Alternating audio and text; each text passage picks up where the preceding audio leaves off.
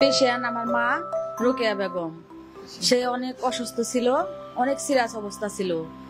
তারপর আমরা এই আমার ভাইয়ের শ্বশুর আমার ওই সে আমাকে একটা খুঁজ দেয় যে এমন এই হাসপাতালে ইনসাফ বারাকা হাসপাতালে প্রতাপ স্যারের নাম বলে, প্রতাপ স্যারের নাম বলছে। তারপরে সেই তার অনুযায়ী আমরা আসছি।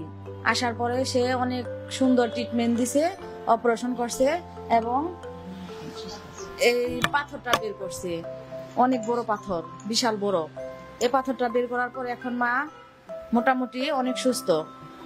এখন সবাই আমার মার জন্য দোয়া করবেন। আসসালামু আলাইকুম। হ্যাঁ, আমার পেটে প্রথম দিন পেটে ব্যথা ছিল, বারাকা হাসপাতালে আসছি।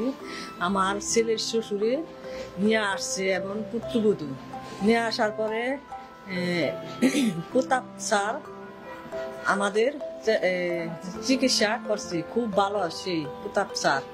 চিকিৎসা করার পরে আমি সুস্থ হয়ে গেছি, সুস্থ হওয়া অনেক ভালো হয়েছি। খুব সুন্দর ট্রিটমেন্ট হয় এই হাসপাতালে, ইনসাফ বারাকা হাসপাতালে। আমি লিপি, পেশেন্ট আমার মা হয়। আমি দুহার বিক্রমপুর থেকে আসছি।